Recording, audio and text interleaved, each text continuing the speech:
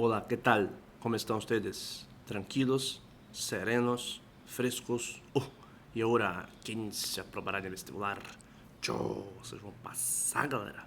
Ficha, vai! Manhã é o amanhã de vocês na universidade. Então vamos lá. Nós vamos trabalhar hoje nosso capítulo 1, Cultura Hispano-Americana 2. Já faz parte do nosso volume 2, aula 9, página 518. Já vamos a seguir então. Aqui habla um pouco do histórico desta cultura hispano-americana, né? Então, habla de termo herência. Aqui está entre comillas, não entre aspas. Chama atenção a vocês esse termo. Herência. Herência significa herança. Então, herança aqui na questão cultural.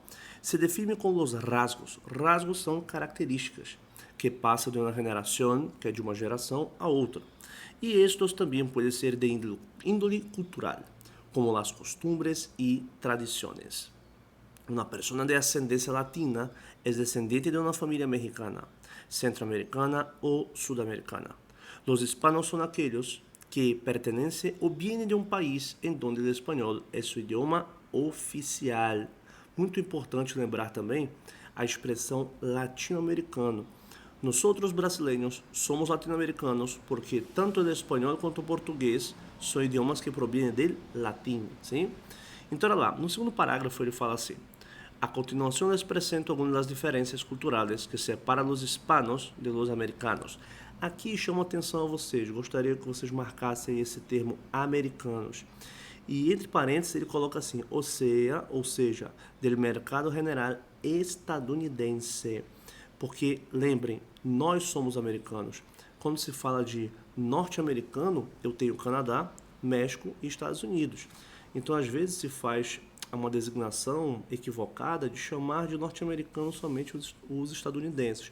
Ou não chamá-los de estadunidenses, que seria o termo mais adequado, um termo mais específico. E aí ele fala assim, com uma aclaração importante, em geral, estas características se observam com maior facilidade, esse mientras significa enquanto, mais cerca, ou seja, mais próximo, generacionalmente, ou seja, geração mais próxima. Este indivíduo que é aquele que cruzou a fronteira, aí está falando aí a questão México-Estados Unidos especificamente. E aí vamos lá, hispano, 5 diferenças culturais. E aí nós temos aí o grado de intimidade, que é o grau de intimidade. Lembrando que essas observações aqui, elas também estão muito relacionadas quando se faz uma comparação do latino-americano com o europeu, sim? Então, o estadunidense ele tem uma cultura muito mais próxima, que chama anglo-saxona, que é anglo-saxã, então é relacionada à Europa, questão da colonização, né? Principalmente a questão da Inglaterra, colonização na parte aí dos Estados Unidos, e ele vai trazer algumas referências, algumas relações com o pueblo latino-americano. Olha lá, ele começa assim: el latino es más amigable. Lembrando sempre, isso aqui não é uma regra geral, sim? Ele está trabalhando aqui características que foram observadas através de estudos. Não podemos falar que sempre será assim. El latino es más amigable e emocionalmente mais aberto que o americano promédio. Promédio é o que é de um modo geral. Não é que estabeleça amizades profundas, não é que estabeleça amizades profundas a largo prazo, a longo prazo, de imediato. Pero, que significa esse pero? Mas, porém, todavia, entretanto, pronto, esse pronto significa logo, tende a interactuar, que é interagir, como se assim fuera. Em la cultura anglo-saxona, como eu falei para vocês, anglo-saxã, por exemplo, toma mais tempo que as pessoas se abram e desta maneira eles devem de conhecer-lhe muito mais antes de bajar a guardia. Lembrem lá, habilidade 5, associar vocábulos e expressões de um texto em língua estrangeira moderna ao seu tema. Então, quando falamos aí dessa expressão bajar a guardia, é quando a pessoa ela se desarma. Olha, outra expressão, quando ela dá a oportunidade de conhecer, de conversar, de tentar estabelecer um laço de amizade, sim? Vamos lá. Então ele continua aqui, 2.2.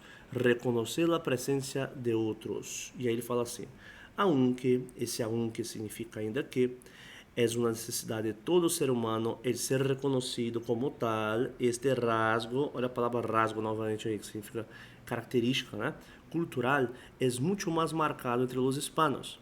El latino verdaderamente espera e aprecia que se dedique tempo, que se haga contacto visual, que seja percebido, ¿sí? Quando seja possível, e que a conversação que se estabeleça seja genuína e não parte de um script memorizado acompanhado de uma sonrisa fingida. A questão do sorriso falso, né? A gente faz essa referência, sim? Comparando aqui com o Brasil, por questões migratórias e por questões de como foi feito aqui o processo de colonização, em algumas regiões do sul, por exemplo, nós percebemos uma colonização mais europeia e aí nós vemos aí uma semelhança, né? Já em outras regiões, parte norte, nordeste, aí nós vamos ter uma cultura mais relacionada às questões indígenas, né? Que a questão latino-americana ela está mais relacionada a essas descendências, né, galera? Mas é muito importante estudarmos essa questão cultural e observarmos essas relações, né, sociais.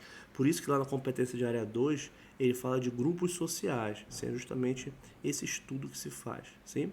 Olha lá, é justamente isso aqui, ó, harmonia social. El latino promedio, o latino de um modo geral, se siente a gusto manteniendo la armonía social. A veces es aún más que esto, olha, às vezes é ainda mais que isto. A menudo, esse a menudo significa frequentemente, se vuelve a necessidade manter relações placenteras. Placenteras são prazerosas e livres de conflito. A tal ponto chega isto que el hispano prefere não abordar um tema conflitivo com outra persona a fim de evitar a incomodidade da situação. Então ele sabe, se for discutir a questão de futebol, ou uma questão religiosa, ou até mesmo uma questão política, haverá um conflito ali, então ele evita. Né? A gente tem essa prática aí na hora das relações sociais. ¿Sí? Es decir, los latinos tienen más dificultad para separar un asunto en particular de la relación personal que tiene con el individuo con quien hablan. Para el americano, é muito mais sencillo. Esse sencillo aqui ó, significa simples, é muito mais fácil. Hacer a distinção entre um assunto particular e sua relação com a pessoa com quem conversa. Pode estar em completo desacordo sobre algo, pero, que significa esse pero, mas, porém, todavia, entretanto, isto não afeta em lo absoluto sua relação personal com a pessoa com quem lo habla, ou seja, a pessoa com quem fala. Então, ele não leva muito em consideração este detalhe. E aqui, ó, ele fala a respeito do espaço personal 2.4. Em situações sociais, para os hispanos, o contacto personal é de lo mais comum. Alguns bromeiam. Olha, marca essa expressão aí no material de vocês. Bromeia significa brincam. Uma broma é uma brincadeira, uma piada. Na gíria fala, tá tirando barato, né, zoando. Seria isso. Que para os latinos não existe o conceito de espaço personal. Olha, isso aqui é interessante. Abraços, apretones efusivos de mano, ou seja, apertar a mão com força, beijos na mejilha, beijo no rosto, umas palmadas no braço, né, que eles têm esse costume. Todos estes são normais e de esperar-se durante as interações personais. Aún, esse aún significa ainda, sem conhecer-se por muito tempo. E isso, na atualidade, né, em questão da pandemia, tem que ser mais controlado. Né? E é muito mais difícil o latino-americano consiga, né, controlar isso aí. Porque às vezes a pessoa se ofende, não quis pegar na minha mão, não quis falar direito comigo. Né? Eu percebo que os povos orientais, né, eles se cumprimentam, fazem a reverência. Né? Então, parece que a questão deles serem povos mais antigos já tiveram muita experiência, né, com epidemias e tudo mais, tirar os sapatos antes de entrar em casa, né, tem uma série de questões culturais dos povos orientais que já são de experiências, né, e agora nós que estamos passando por isso, no modo geral, a humanidade, né.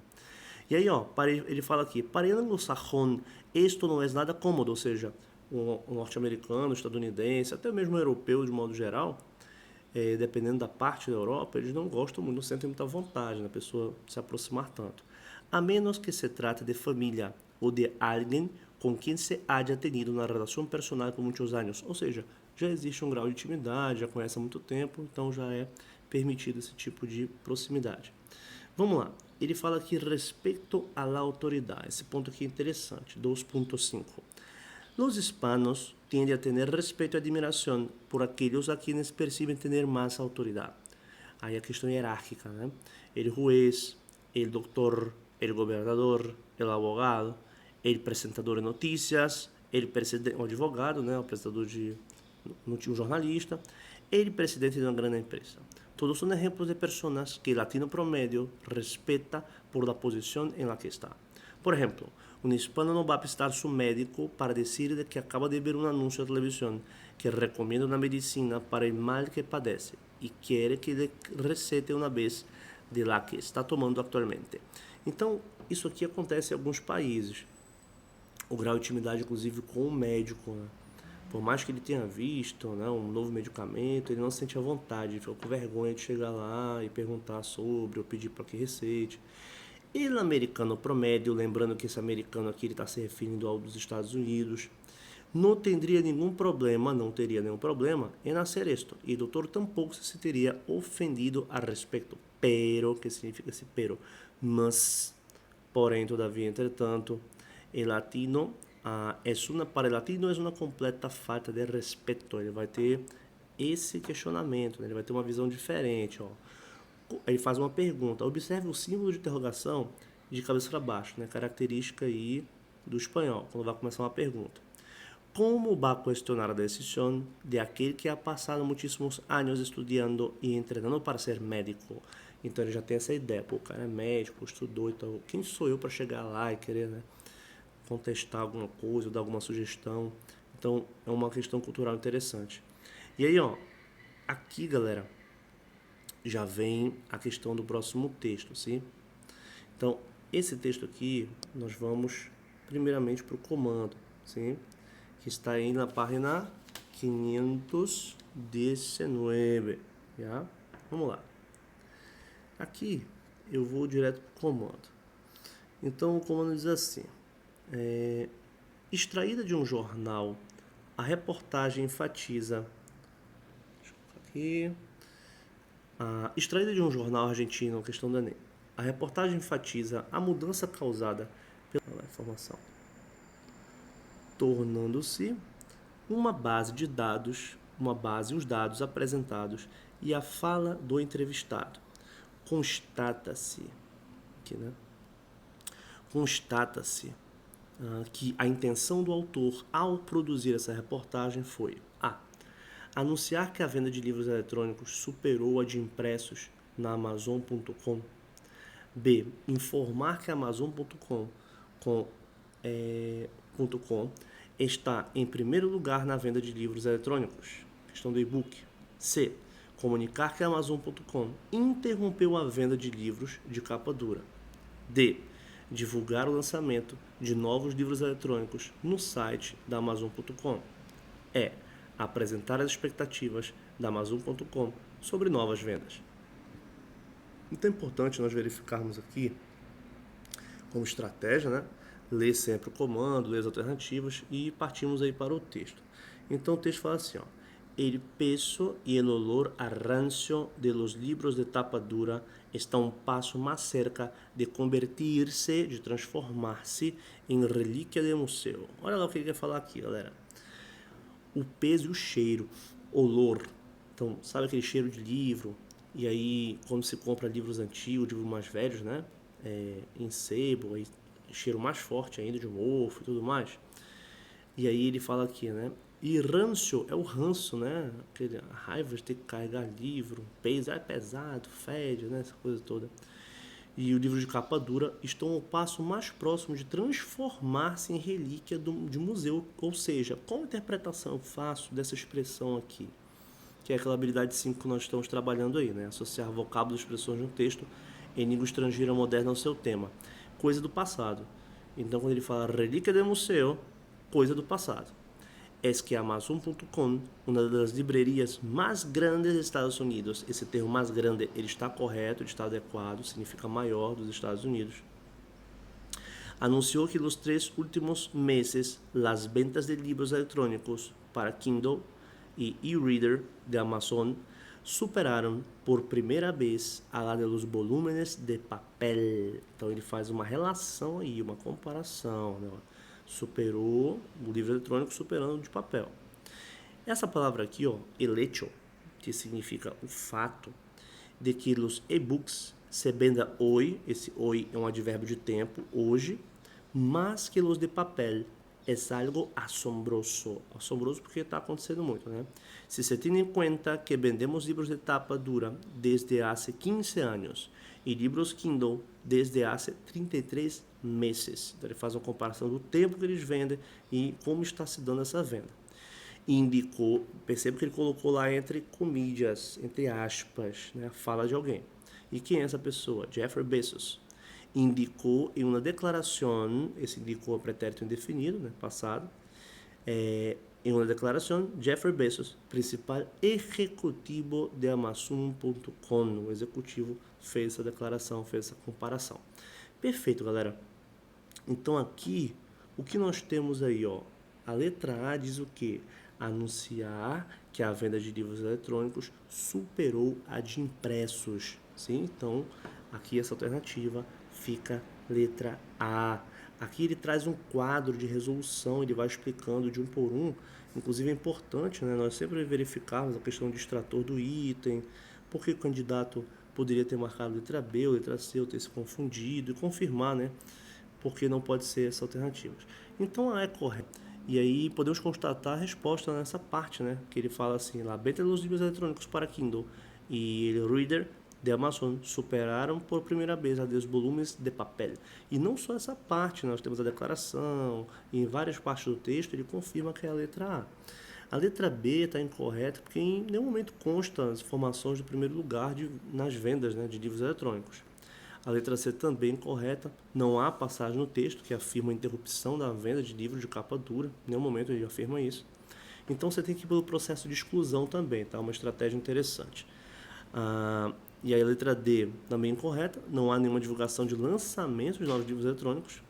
E a letra E é incorreta porque o texto não apresenta expectativas da Amazon.com sobre novas vendas, tá? Então estejam atentos aí quanto a essas estratégias de interpretação textual. Olha, essa oitava aqui, ela fala assim, mediante a pergunta do título, qual é a pergunta do título? Um salto sem rede? Um salto sem rede? Um pulo sem rede? Aí eu posso ter aí, ó, diversas interpretações, porque eu trabalho com o denotativo, que é o sentido real, e eu trabalho com o conotativo, que é o sentido metafórico, figurado, tá? Então, salto pode ser um pulo, mas esse salto pode ser um avanço também, tá? Salto pode ser uma queda, caindo, saltando, pulando, e pode ser um avanço.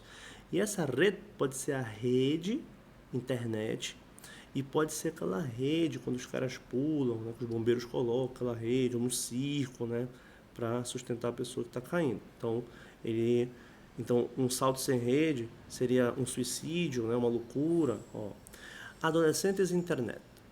Aí ele fala assim, mediante a pergunta do título da matéria, questiona-se no trânsito da adolescência deve evitar o quê? A. As armadilhas no uso da internet. B. Barganhar nas lojas virtuais. C. Páginas, aqui coloca um acento por favor, página é uma proparoxítona, né? Deveria estar com acento. Páginas preparadas por jovens. D. Vincular com criminosos. E páginas aí na letra E da acento. Criadas para adultos. Então vamos lá no texto. Ele fala assim, um conselho para os padres de los adolescentes. Cuidado que vuestros hijos, seus vossos filhos, não criem um mundo irreal, não acreditam no mundo irreal, paralelo, com suas experiências nas redes. Não olvidemos, não podemos esquecer, olvidar significa esquecer, que pode aparentar ser outra persona. Aí vem a questão de fake, vem a questão de uma série de perigos que a internet apresenta também, tem os pontos positivos e os pontos negativos. Então esse salto sem rede é um perigo eminente. Então olha que fala a letra A, armadilhas no uso da internet. Tá? Então estejam atentos aí com essa possibilidade, olha. Tá? Então oitava fica a letra A. Vamos passar para lá, novena, para a nona questão. Nona questão diz assim, No curso Cuenta Cuentos, A. Aprende-se a escrever contos. B. É melhor não se apresentar com roupa elegante. C. Não precisa ter imaginação. Aí vem. D. Os alunos aprendem a julgar as palavras. E aí fala. Letra E. Existem atividades corporais diariamente. Então vamos lá. Ele fala assim, Taller de Cuentacuentos. Um curso recomendável para todos aqueles que querem acercar-se, aproximar-se de um modo rápido e imediato à prática de cuentacuentos, de contar contos. Tanto se busca iniciar-se como se quer refrescar seus conhecimentos e su praticar. O objetivo do taller, ou seja, o objetivo da oficina, é conseguir que seja capaz de contar um cuento a um público tanto infantil como adulto. E neste taller, aprenderás o ofício de contar cuentos, comunicar-te com o outro, julgar com palavras. Cuidado, esse julgar significa brincar, tá? A letra D fala, os alunos aprendem a julgar as palavras, fazer julgamento. Não é isso não, tá? E aí ele continua. As palavras de desfrutar contando.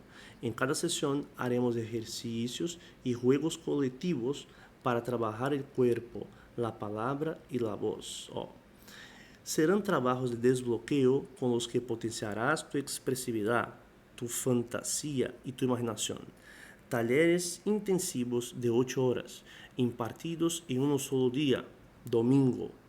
Aí olha, o que ele fala aqui? Trae contigo roupa cômoda. A hora que fala a letra B, é melhor não se apresentar com roupa elegante. Por quê? Se ele fala que vai fazer jogos corporais, as pessoas vão ter que ficar mais à vontade para se movimentar e tudo mais. Sim? Um bolígrafo, que significa caneta, e um quaderno. Isso aqui, galera, é para poder fazer anotações e tudo mais. Né? E deixa-te surpreender. O taller admitirá um cupo máximo, ou seja, um número máximo de 15 alunos. Preço do curso, 100 euros. Aí, né, para a nossa realidade, salgado esse preço. Muito bem, galera. Então, se ele fala que trai contigo roupa cômoda, olha a letra B. É melhor não se apresentar com roupa elegante. Sim, então a nona fica letra B. Muito bem. Vamos lá. Esse documentário aqui é interessante, até indico a vocês, né, que é o Lixo Extraordinário. Inclusive o Bic Muniz, ele já foi no Jô Soares, né, já deu entrevistas, né, então muito interessante esse documentário aqui. Olha lá, a 10ª, ele diz assim: Vic Muniz é um artista plástico brasileiro conhecido internacionalmente por empregar na produção de suas obras de arte materiais pouco convencionais, como açúcar, borra de café, diamantes, chocolate, etc. E ele fala sobre o documentário anglo-brasileiro descrito. É correto afirmar que A. Ganhou o Oscar de melhor documentário em 2011. B. O lixo produzido durante a produção do filme foi vendido por milhares de dólares. C. Tem como objetivo principal mostrar como é a vida dos catadores de materiais recicláveis. D. Foi dirigido por Sebastião Carlos dos Santos. Letra E. Mostra o trabalho realizado pelo artista plástico junto aos catadores de materiais recicláveis. E aí é interessante nós verificarmos aqui no texto as informações para irmos trabalhando, né, essa questão de exclusão, de alternativas, ver qual pode ser, qual não pode. É sempre importante, né, desenvolvermos essa habilidade. E aí vamos lá, que é associar vocábulos e expressões de um texto em língua estrangeira moderna no seu tempo. La coprodução anglo-brasileira Basura Extraordinária, que é lixo extraordinário, foi nominada ao Oscar em la categoria de melhor documentário. Melhor documentário. Esta trata sobre os cientos de pessoas que subsistem escarbando entre a basura del vertedero. Essa palavra vertedero significa lixão, aterro sanitário, tá bom? Jardim Gramacho, de Rio de Janeiro. e o trabalho que o artista brasileiro Vicky Muniz realiza com elas. Elas quem? Com estas pessoas, sim, com as pessoas.